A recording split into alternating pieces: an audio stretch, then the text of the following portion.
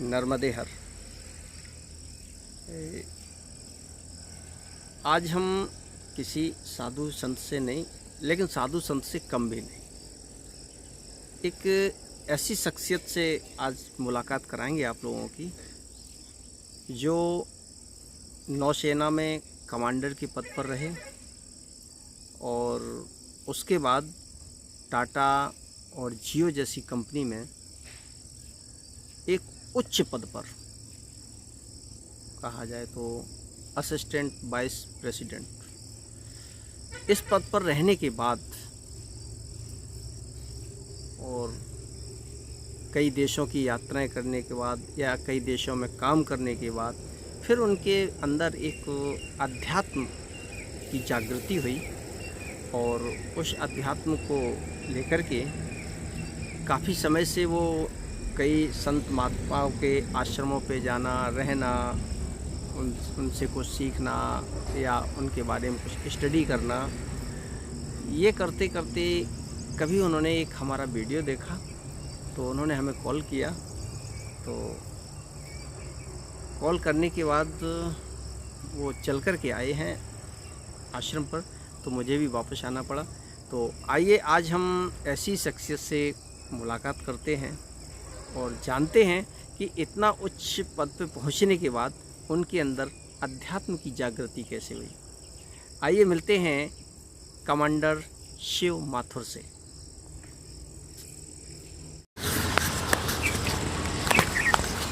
जी नर्मदे हर जी, नमस्कार जी। नमस्ते पांडे जी।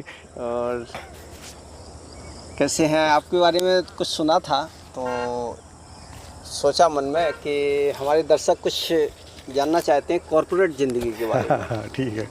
तो क्योंकि आजकल युवाओं का क्या, हर व्यक्ति का ये रहता है भागम भाग, पैसा कमाना और इस हद तक चले जाते हैं कि वो सब कुछ भूल जाते हैं पैसा कमाने के चक्कर में। तो जैसे आप जिस स्टेटस से आते हैं तो मैंने सोचा कि शायद आपसे कुछ मार्गदर्शन मिल सके, या कैसा वहाँ का माहौल रहता है ये थोड़ा सा बताइए। माहौल तो क्या किसी को पता नहीं होता। हम जैसे छोटे शहरों में होते हैं, ज़्यादातर लोग तो छोटे शहरों से ही आते हैं, हर एक कोई तो बम्बई दिल्ली में होता भी नहीं है जी। ना कोई कॉर्पोरेट में काम कर रहा होता है। तो कंपनी में क्या होता है बच्चों को तो कुछ मालूम नहीं होता अभी वहाँ क्या होने वाला है जी। तो हम उनको तो यही बताते हैं भाई बड़े हो जाओ, कुछ नौकरी अच्छी ले लो जिससे कमा लो, आपकी जो ज़रूरतें हैं वो पूरी हो जाएंगी, थोड़े आराम मिल जाएंगे संसारिक, और आपका समाज में इज्जत हो जाएगी। यही 4-5 चीज़ें होती हैं हमारा समाज का।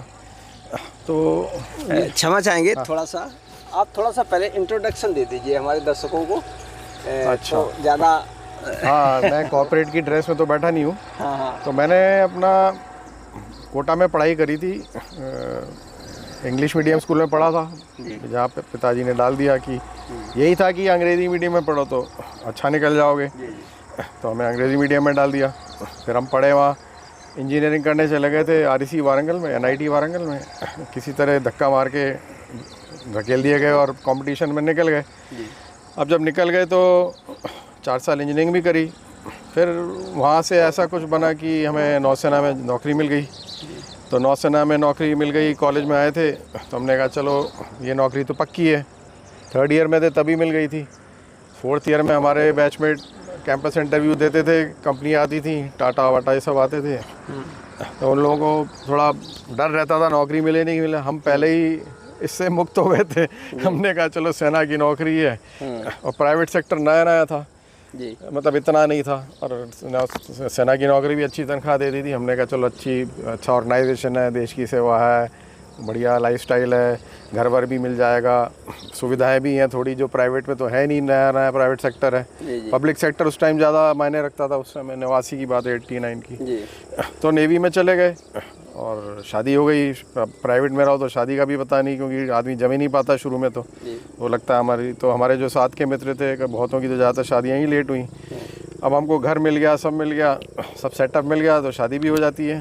जी। और तो शादी हो गई, बेटी भी हो गई 94 में, एक तो 91 में शादी हुई, 94 तो हम नौसेना में नौकरी करते रहे, 16 साल की नौकरी करी, कमांडर रैंक हो गया था हमारा 2004 में। 5 में हमने छोड़ दी, VRS ले लिया पेंशन के बिना, क्योंकि हमने सोचा यहाँ पर अब तरक्की होना मुश्किल है, और फिर आर्थिक रूप से उस समय हमें नहीं लगता था कि ये हमारी पूर्ति कर पाएगी।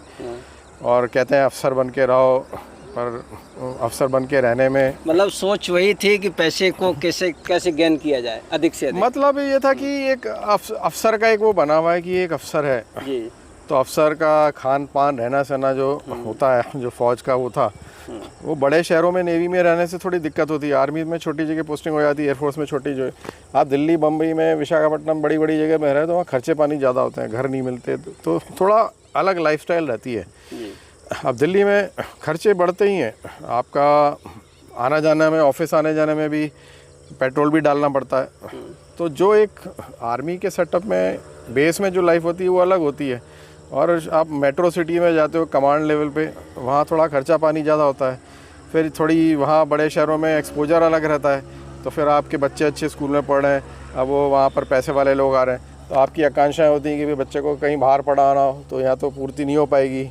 फिर प्रोफेशनल तरक्की के भी चांसेस कम होते हैं फ़ौज में, कि एक लेवल के बाद जाके कर्नल लेवल के बाद कमांडर लेवल पे फिर प्रमोशन की वो एक ख़त्म हो जाती है प्रणाली, मतलब बहुत कम होता है कि।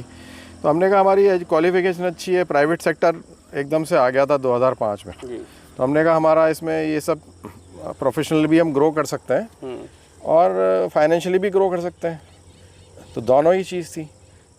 और थोड़ी राजनीति भी बहुत ज़्यादा है, कई बार आप राजनीति में भी फंस जाते हो और आप थोड़ा ईमानदार आदमी हो तो चापलूसी करनी नहीं आती, तो वो सब भी दिक्कतें आ जाती हैं। तो हमसे चापलूसी होती नहीं, हम तो अपना काम करते हैं। और प्राइवेट में ये भी होता है कि प्राइवेट में चॉइस होती है कि आप नौकरी बदल सकते हो। फिर आपने प्राइवेट सेक्टर कौन सा चूज़ किया? तो मेरे को फिर IBM में जॉब मिल गया, IT में क्वालिफिकेशन थी उस टाइम, IBM में मेरे को जॉब मिल गया। मैंने कहा बड़ी अच्छी कंपनी है, दुनिया की सबसे बड़ी IT कंपनी में से थी IBM उस समय। तो उस टाइम फेसबुक, गूगल ये सब तो था नहीं, ये ट्विटर, फेसबुक ये तो थे नहीं। जी। याहू था, गूगल था, बट गूगल भी इतना बड़ा नहीं था 2005 में। जी। IBM उस टाइम की, उस समय की बड़ी IT कंपनी थी, और आज भी शायद है काफ़ी हद तक। तो हमें उसमें जॉब मिल गया। अच्छा, हमने कहा चलो घुस गए उसमें, और फिर हम प्राइवेट में काम करते रहे, 4 साल IBM में काम किए। फिर रिसेशन आ गया, फिर हमने कहा रिसेशन आ गया, हम तो एक तो पैसा कमाना तो था ही हमें, बच्ची शायद बाहर जाए हमारी बेटी, तो फिर हम उसमें दूसरी कंपनी में जॉब मिल गया टेलीकॉम में, तो हम उसमें चले गए। फिर हम टेलीकॉम में 10 साल तक काम करते रहे, फिर टाटा में चले गए, और फिर उसके बाद जियो में आ गए, बाहर भी गए बीच में, सऊदी टेलीकॉम। तो इन कंपनियों में आप किस पोस्ट पर रहे? मैं जनरल मैनेजर ही था, और लास्ट में असिस्टेंट वाइस प्रेसिडेंट था जियो में। Vice president? हाँ। तो 2019 में तक मैंने इसमें काम किया, और फिर हमारी पत्नी को बाहर जॉब मिल गया था, मेरी बेटी भी बाहर चली गई थी 2012 में, तो वो भी हमारी पूर्ति हो गई थी, उसको पढ़ा दिया बाहर कॉलेज में। तो ये सब कर पाए, अच्छा सा एक घर खरीद पाए पूना में। तो जो एक सुख सुविधा होती हैं वो तो किसी तरह हासिल कर लिया।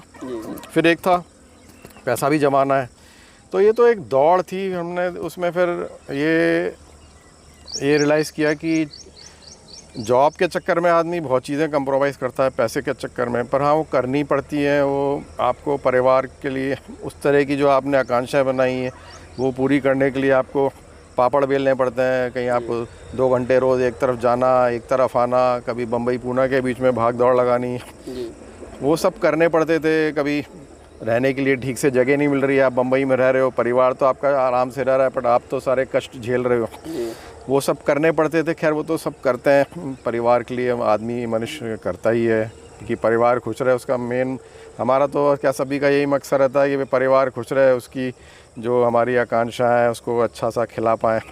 अब वो तो खैर उसकी कोई लिमिट नहीं होती अच्छे से। फिर आपने ये मतलब इस पोजीशन पे पहुंचकर इतना सब पैसा गेन करके, हमें कुछ ये भी आपके बारे में पता चला था कि किसी कंपनी ने आपको नाइजीरिया के लिए कुछ ऑफ़र किया था शायद? वो तो आते रहते थे ऑफ़र तो आते हैं, कई बार ऐसे ऑफ़र आते हैं। ऑस्ट्रेलिया में जाने का आया था, IBM में ही एक पोजीशन ऊपर भी था, माइग्रेट करना पड़ता। नए नए नेवी छोड़ के आए थे 2006 में, 5 में छोड़ी थी, 6 की बात थी।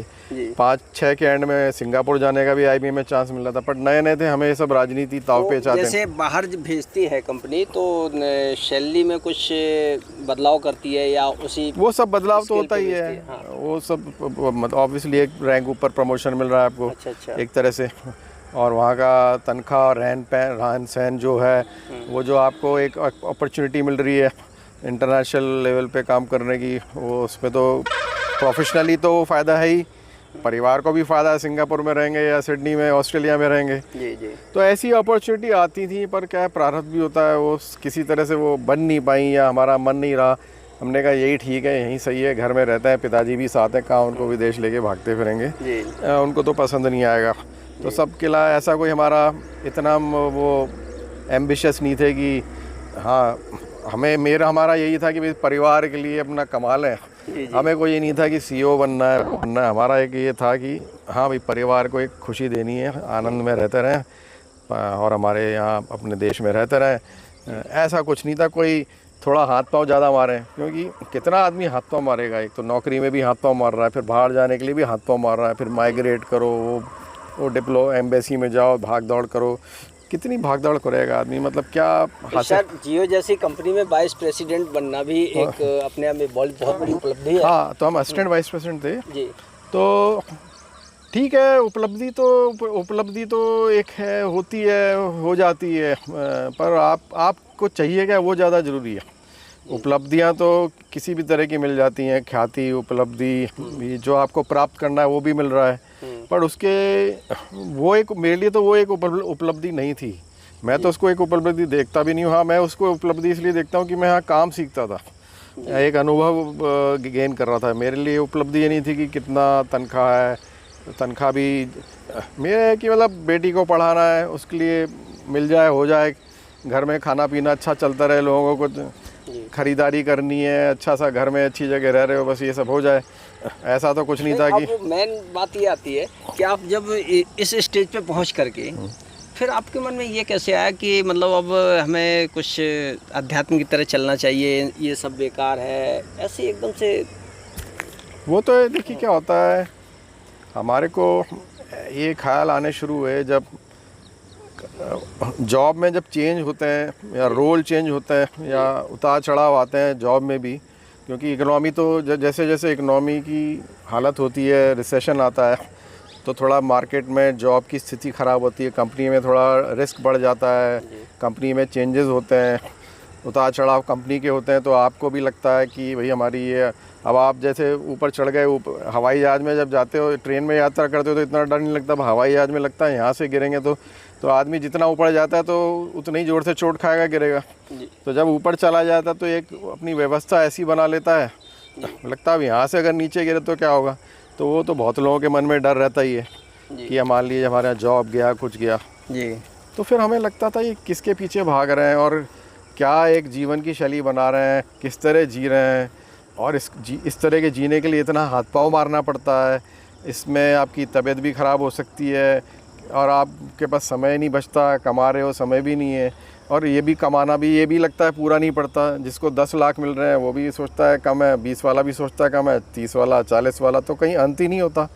तो मैं देखता हूँ आपकी सैलरी कितनी थी वैसे पूछना नहीं चाहिए? नहीं, ये तो बताना भी ठीक नहीं है, बट क्या है कि 1 करोड़ वाले की भी मतलब इस वीडियो में बताना ठीक नहीं, 1 करोड़ वाले की भी वो भी भाग रहा है, 2 करोड़ वाला भी रोज़ उसी 10 बजे आ रहा है और 11 बजे जा रहा है। तो सब बड़े बड़े गुलाम बने हुए, जितनी बड़ी सैलरी उतनी बड़े गुलामी है एक तरह से।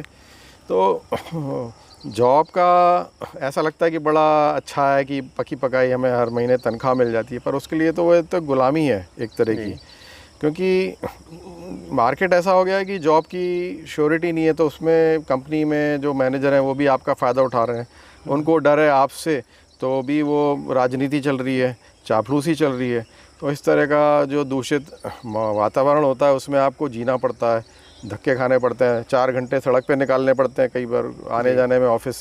तो कोई खुशी का माहौल नहीं है वो, इतना कोई आप आनंदित नहीं हो रहे हो, बड़े बड़े शहर में रह रहे हो, ट्रैफिक लेकिन हम लोग तो सर यही वही ज़िंदगी बहुत अच्छी समझते दूर हैं। से लगती है ना। कहते हैं दूर की वो हरी दूर की जो हरी दूर से तो घास हरी हरी लगती है, तो वो तो दूर से लगता है, पर जब आदमी उसमें पिसता है तो फिर लगता है किसके पीछे भाग रहा है। तब फिर वो सोच शुरू होती है, भैया हम ये किसका अंत कहाँ होगा, कितना कमा सकते हैं और कितना वो तो भी कम पड़ रहा है, तो किसके पीछे भाग रहे हैं और इसका तो कोई अंत ही नहीं है। आपने गाड़ी ली 10 साल में ख़राब हो गई, फिर एक और गाड़ी के लिए पैसे चाहिए, वो उसकी जब तक किस्त पूरी हुई तब तक दूसरी लेने की बारी आ गई, तो क्या ये पूरी ज़िंदगी किस्तों में निकल जाएगी। तो फिर ऐसा लगता है क्योंकि कोई 10 लाख की कमा रहा है उसकी 50,000 की किस्त चल रही होगी, जी। जो 30 लाख कमा रहा है उसकी शायद लाख रुपए की किस्त चल रही होगी। तो किस्तें ही बढ़ती रहती हैं, जैसे जैसे आय बढ़ती है उतने ही किस्तें भी लोग बढ़ाते हैं, क्योंकि अब ये भी ले लें अब ये भी ले लें। तो फिर वो तो दुनिया में इसका तो कोई अंत ही नहीं है। फिर वो जब सब ले लिया तो चलो अब यहाँ घूमने चलें, अब बोलते हैं यहाँ नहीं, अब चलो वहाँ घूमने चलें, अब चलो विदेश घूमने चलें, चलो बच्चा बाहर चला गया, चलो विदेश चलते हैं। तो आप पता चला हर ट्रिप में 3-4 लाख रुपए खर्च कर रहे हो, तो आपके खर्चे बढ़ने लगते हैं। फिर आप मुड़ के देखते हो तो आपके दिमाग भी एक आदत पड़ जाती है कि उस तरह की जीवन शैली आपकी वैसी बढ़ती रहती है जी। अब आपको डर भी लग रहा है अगर ये बंद हुई तो ये सब कैसे बंद समेटेंगे कैसे। तो ये सब जब देखते हैं कि ये बड़ी दुविधा वाली जीवन जी रहे हैं, जी। मतलब इसमें सुख दुख सब चलता रहता है। इस तरह के दुख हैं, इस तरह की वो डर रहता है, और जब तक आ रहा है तब तक उसको आनंद भी उसका भी ले रहे हैं, उधर डर भी साथ चल रहा है। तो ये सब सुख दुख कहते हैं ना, साथ चलता है। तो जब इस तरह का जब चिंतन शुरू हुआ कि भाई ये क्या चल रहा है, तो और यही सब जीवन में यही था क्या, यही इसी के लिए हम पैदा हुए थे, इसीलिए पढ़े, और इसकी भागते भागते जीवन निकल रहा है और कहाँ पहुँचेंगे और क्या मिलेगा, ये जब सवाल शुरू हो गए तो फिर आध्यात्मिक खोज शुरू हो गई। और कि हम क्या हैं, क्यों आए और क्या कर रहे हैं और कैसे जीते हैं और लोग कैसे जीते हैं। जब हम रास्ते चलते देख रहे हैं वो मूंगफली बेचता है, वो तो आज की कमाता है, कल की तो उसको पता नहीं, और हम तो इतना कमाने के बाद भी कम लग रहा है। तो ये क्या है, ये जीवन क्या है, मतलब एक गुत्थी। फिर हमने कहा ये तो बड़ा विचित्र जीवन है कि कोई 10,000 में काम चला रहा है, कोई लाख में चला रहा है, कोई 50 में चला रहा है, कोई 20 में चला रहा है, कोई मतलब 1 करोड़ वाला भी वैसे ही भाग रहा है और 10,000 वाला भी वैसे ही भाग रहा है। दोनों ही सुबह भाग रहे हैं, गुलाम है। वो जिसको ज़्यादा मिल रहा है वो तो 10 बजे जा रहा है, और किसी को ही खुशी नहीं है, क्योंकि वैसे ही पैर फैला लेता ना आदमी। अब जिसको ज़्यादा तनख्वाह मिल रही है उनके बच्चे बाहर पढ़ रहे हैं, तो बच थोड़ी रहा है। जब पीछे मुड़ के देखता है तो बचा तो कुछ नहीं, 50 का हो गया, बचा कुछ नहीं। तो आपने अध्यात्म पे कुछ पुस्तकें भी लिखी हैं? हाँ, फिर हमारी जब आध्यात्मिक यात्रा शुरू हुई 2015 में, जब हमने ऋषिकेश जाना शुरू किया, तो फिर वो 2022 में 19-20 में परिस्थितियाँ भी कुछ ऐसी बनी, आध्यात्मिक यात्रा भी चलती रही, कुछ आध्यात्मिक अनुभूतियाँ हुई, बड़े बड़े ऋषि मुनियों ऋषियों से, मतलब योगियों से मिले हिमालय में, गंगोत्री, केदारनाथ में और देवप्रयाग में और ऋषिकेश में भी अच्छे अच्छे महात्माओं से पहुँचे हुए थे, पहले हो चुके थे और जो अभी थे उनसे मिलना हुआ। तो धीरे धीरे कुछ आँखें हमारी जागृति से जो जिज्ञासा पूर्ति होती रही, जवाब मिलते रहे जीवन के बारे में और सच्चाई से वाकिफ़ होते रहे। तो वो करते करते हमने थोड़ा पढ़ाना भी शुरू किया बाहर विदेश में जी। और उससे लोगों को फ़ायदा हुआ। विदेश में कहाँ पढ़ाते थे? कई 5-6 देशों में हमने जा के पढ़ाया। वैसे तो पोलैंड में रह रहे थे, वहीं क्लास लेते थे। उससे पहले हमने कई देशों में पढ़ाया, 5-6 देश में, स्पेन में, स्विट्ज़रलैंड में, बेल्जियम में, बुडापेस्ट में, ये हंगरी में, चेक रिपब्लिक में, और फिर पोलैंड में रह रहे थे, वहीं लेने लग गए थे क्लास। हमने कहा इधर उधर तो कहाँ भागेंगे, यहाँ रह रहे यहीं करते हैं। तो उस बीच में भी, उसमें भी, वहाँ रहते हुए भी हम ऋषिकेश आते रहे। 3 महीने ऋषिकेश का ट्रिप मारा। हाँ, वो वहाँ रहते हुए भी तो भी हमारा यहाँ जोड़ तो बना रहा, 3 महीने यहाँ रहे ऋषिकेश में। फिर 22 में कुछ ऐसा हुआ, भगवान ने कुछ हमने कहा ये जो सब देना चाह रहे हैं हम लोगों को, जो पढ़ा रहे हैं, इससे फ़ायदा हो रहा है, तो इसका ये सब फैला हुआ ज्ञान है, मतलब टूटा फूटा इधर उधर से, इसको अगर हम किताब में लिख दें तो एक कहते हैं कि डॉक्यूमेंट हो जाएगा और एक स्ट्रक्चर में आ जाएगा। तो फिर हमने कहा ये तो सब हमारे अंदर बैठा हुआ है, तो इसको लिखने में तो कोई कठिनाई होगी नहीं। तो हमने एक पुस्तक 7 दिन में बैठ के लिख दी। दूसरी पुस्तक हमारे जो अनुभवों की थी, जो आश्रमों में रहे, ऋषिकेश में, वृंदावन में और हिमालय में जो घूमे, योगियों से मिले, उस बारे में लिख दी। और तीसरी, क्योंकि लोगों को तो बड़ी जिज्ञासा है ना कि किस तरह के योगी होते हैं, तो उनके बारे में लिख दी। और तीसरी पुस्तक हमने कहा समाज जो ये ध्यान के बारे में पहली पुस्तक लिखी थी, तो हमने कहा ये जो ध्यान, जो धर्म, ज्ञान, कर्म और धर्म का जो ही संगम है जी वही ध्यान है। अगर ये समझ में आया तो ध्यान, आदमी का ध्यान लग जाए। जी पर ये समझने आने से ध्यान भी लग जाता है, मानसिक शांति भी मिलती है और उसके बाद सामाजिक शांति भी आ जाती है। अच्छा जी। तो सामाजिक एंगल से भी हमने किताब लिखी थी कि समाज में क्या क्या समस्या आ रही हैं, हमने जो समाज में बदलाव किए हैं, जो बदलाव हुए हैं और क्यों हुए, कैसे हुए, किस वजह से हुए और उसका क्या फ़र्क पड़ा है और उसमें क्या क्या चीज़ें हैं जो बदलाव लाई हैं, किस किस चीज़ों की वजह से बदलाव हुए हैं, किसने किए, क्यों किए और दुनिया में कौन कंट्रोल कर रहा है, बहुत सारी चीज़ें। वो पुस्तक वो भी लिख दी। अच्छा, उस पुस्तक का नाम वो बताइए। है, वैसे हमने अंग्रेज़ी में लिखी थी, उसका हमें अनुवाद करना है हिंदी में, अच्छा तो सोशल पेंडेमिक नाम रखा हमने। अच्छा अच्छा, क्योंकि सोशल पैंडेमिक, क्योंकि ये बीमारी की तरह फैल चुका है, जी, सामाजिक बीमारी की तरह फैली है जी जी। और सोशल है, तो हमने कोविड के बाद ही लिखी थी, तो हमने कहा इसका नाम सोशल पेंडेमिक ही लिख दो। अच्छा अच्छा।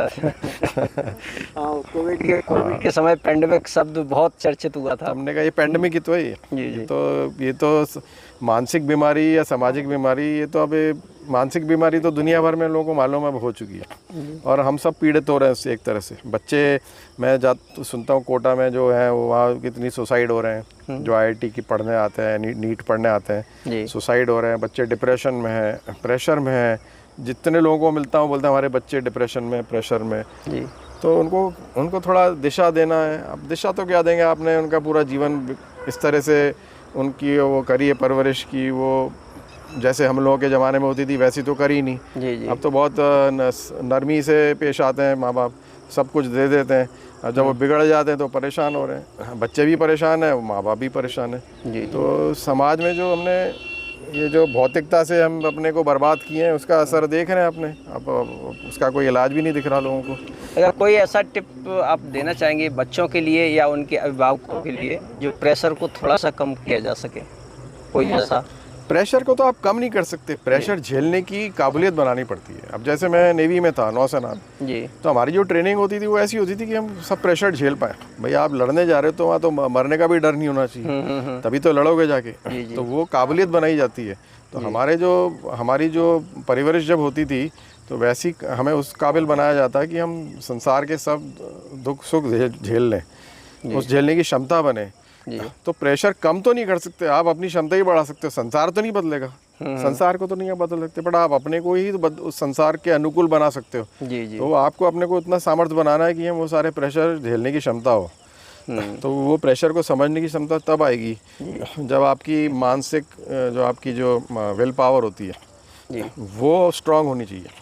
वो स्ट्रांग होनी चाहिए। हाँ, वो स्ट्रांग होनी चाहिए और अहंकार ना हो जी। और ये जो हम ये सोशल मीडिया में समय ना खराब करें और ये जो हमारा हॉलीवुड बॉलीवुड है, फिल्म इंडस्ट्री जी, इन सबसे दूर रहें और अपना ध्यान अपनी जो काबिलियत बनाने में लगाएं।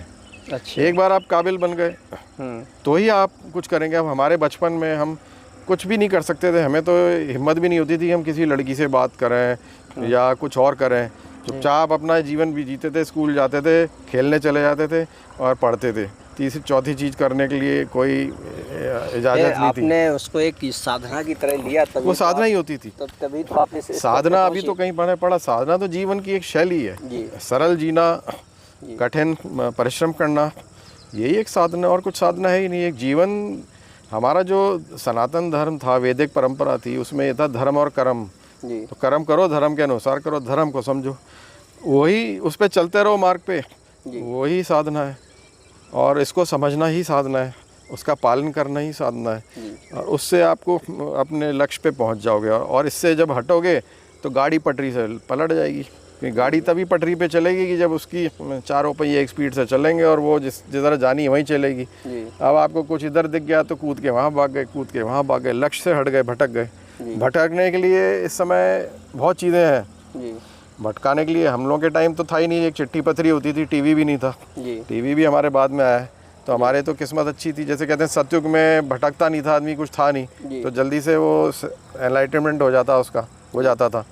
पर अभी क्या है, भटकने के लिए भी ये भी प्रॉब्लम है कि भटकने के लिए भी 50 चीज़ें हैं। तो अपने को भटकने से बचाए, सादगी में रहें, बचपन में हीरो हीरोइन ना बने। मतलब कहा जाए पहले से अब साधना कठिन हो गई है। क्योंकि भटकने की कई एक साधन है भटकने के साधन बहुत हो गए। जी जी। पहले हम पैदल जाते थे, साइकिल पे जाते थे, आजकल बच्चे गाड़ियों में जा रहे हैं, मोटरसाइकिल दिला दी जाती हैं। जी जी। तो उनको फिर वो मोटरसाइकिल वो जिसके लिए दिलाई वो तो नहीं करते। अभी कहीं बम्बई में हुआ, कहाँ हुआ, वो एक BMW वाले ने टक्कर मार दी, एक औरत को मार दिया। कुछ दिन पहले पूना में हुआ था, वो बिल्डर के लड़के ने पोर्श में वो टक्कर मार दी, 2 लोगों को मार डाला। तो बच्चे तो आजकल जिसके पास बड़े बड़े पैसे वाले हैं वो उनके लड़के गाड़ियाँ दौड़ा रहे हैं महंगी करोड़ों की। और जिसके पास नहीं है वो मोटरसाइकिल दे रहे हैं, या 10 लाख की कार दे रहे हैं, कोई 20-15 लाख की कार दे रहा है, कोई 50 लाख की कार दे रहा है। काम सब वही कर रहे हैं।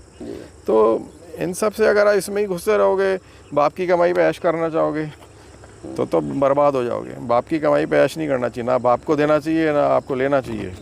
मैंने तो बहुत कम बच्चे देखे हैं जो अपनी मेहनत कर रहे हैं, अपने मेहनत करके निकल रहे हैं। ज़्यादातर तो मैंने देखा आजकल के बच्चे सब बाप की कमाई पे ऐश कर रहे हैं। तो बाप की कमाई पे ऐश करने वाले 90% बच्चे हैं। तो फिर उनको ना तो नौकरी मिलेगी, बाप भी परेशान, बच्चा भी परेशान। फिर वो गांजा दारू पीने लगते हैं, क्योंकि अब उनको प्रेशर तो हो जाता है। जी जी। अब उनको लगता है यार हम तो साले बेकार हो गए, निकम्मे हो गए। अब वो उसमें और पीते हैं, खाते हैं। जी। तो समाज में जहर तो फैल ही रहा है। यही है। छोटा सवाल कि इतनी अच्छी लाइफ आप जैसे जी रहे हैं और फिर एकदम से किसी आश्रम में रहना, तो आश्रम में और उसमें तो आकाश और पाताल का, कहें ज़मीन का भी नहीं, आकाश और पाताल का अंतर होता है। तो वहाँ फिर आप कैसे सर्वाइव करते थे आश्रम में? देखिए, जब हम 2015 पहली बार आश्रम गए तो हमने वो सरलता और सहजता और साधारणता को समझा। उसका मूल्य क्या है जी। जो दिखता है वो असल में नहीं होता। हम जो बोलते हैं लग्जरी है, अभी कल कोई बोल रहे थे लग्जरी है, हमने कहा लग्जरी क्या, कंफर्ट। आराम तो हराम है, आराम से तो आदमी निकम्मा बनता है। और ये सब चारपाई पे ज़्यादा अच्छी नींद आती है। आप तब तक चारपाई पे सोगे नहीं, किसी ने बता दिया मोटे गद्दे खरीद लो। अब रुई के गद्दे से वो 5-5, 10 हज़ार के गद्दे खरीदते थे महंगे, पर उसमें आराम तो होता नहीं है ना, वो हेल्दी है। तो जब हम उधर उस बदलाव की तरह, ये तो भेड़ चाल थी, भेड़ चाल में भागते रहे और लेते रहे, ये ले लो वो ले लो, बढ़िया सा महंगा पलंग ले लो, महंगा वो ले लो। बट क्या है, इस कांच के महलों में ये सब अच्छा लगता है देखने में, और बड़ा ये आपको भटकाता है। और हम जो छोड़ के आ रहे हैं, जो सादगी है, वो उसमें शांति, उसमें प्रेम है। पैसा लोगों में वो ले आता है, बीच में डिवाइड कर देता है लोगों को, वो घर को, परिवारों को तोड़ देता है। वो आदमी पता नहीं चलता। पैसे की अहमियत ज़्यादा होने लगती है जब पैसा जा आता है। जब ये साधन आने लगते हैं ना, तो आदमी 100 रुपये की चीज़ 1000 में ख़रीदना चाहता है। उसमें अहंकार भी आता है कि मैंने ये 1000 रुपये का ख़रीदा। तो इन सब चीज़ों से, पैसे से अहंकार और निकम्मापन यही आता है। तो ये जब आपको समझ में आता है तो मतलब यार, ये मैं सादगी छोड़ के क्यों आया, सादगी में कितना आराम था, लोग में प्रेम भाव था। तो वो धीरे धीरे फिर आपको ज्ञात होने लगता है। तो जब होने लगता है तो जिस तरह से आप सही सवाल आपसे जब पूछने लग जाओ, तो फिर आप वापस गाड़ी पीछे, जैसे कहते हैं ना, आप कहीं गलत रास्ते चले गए 10 किलोमीटर। अब 10 किलोमीटर बाद पता चला, या किसी को 20 के बाद पता चला, किसी को 30 किलोमीटर के बाद पता चला कि मैं गलत आ गया, तो पीछे तो मुड़ना पड़ेगा। और नहीं तो कोई बोलेगा नहीं मैं तो सही आ रहा हूँ, चलते जाओ, मैं मानूंगी नहीं मैं गलत आया, मैं वहाँ से निकल लूँगा। अब जो बोलेगा यार मैं तो वापस चलता हूँ, वापस और लौट लेता हूँ, गलत आ गया। जी। तो जब आपको ज्ञात हो जाए कि मैं गलत आ गया, तो गाड़ी मोड़ लो, और फिर सही अपना जो गंतव्य है, उसको सही गंतव्य को खोजो कि भाई मैं तो गलत जा रहा हूँ। मोड़ना ही तो कब लोगों को आता है, मोड़ के सही जगह जाना, कि आपको मालूम पड़ गया है मैं गलत जगह दौड़ लगा रहा था। जी। ये जो रास्ता मेरे को ले जा रहा है, ये मेरे को ख़त्म कर देगा। जिस दिन आपको ये ज्ञात हो गया, उसी दिन आप गाड़ी की दिशा मोड़ लोगे। हाँ, बस यही है। चलिए, बहुत अच्छा लगा। आप अपना नाम भी हमारे दर्शकों को बता दीजिए। हाँ, मेरा नाम कमांडर शिव माथुर है, क्योंकि कमांडर मेरा रैंक था, तो हमें मिलता ही है। बाकी वैसे नाम शिव माथुर है। अच्छा। नमस्कार।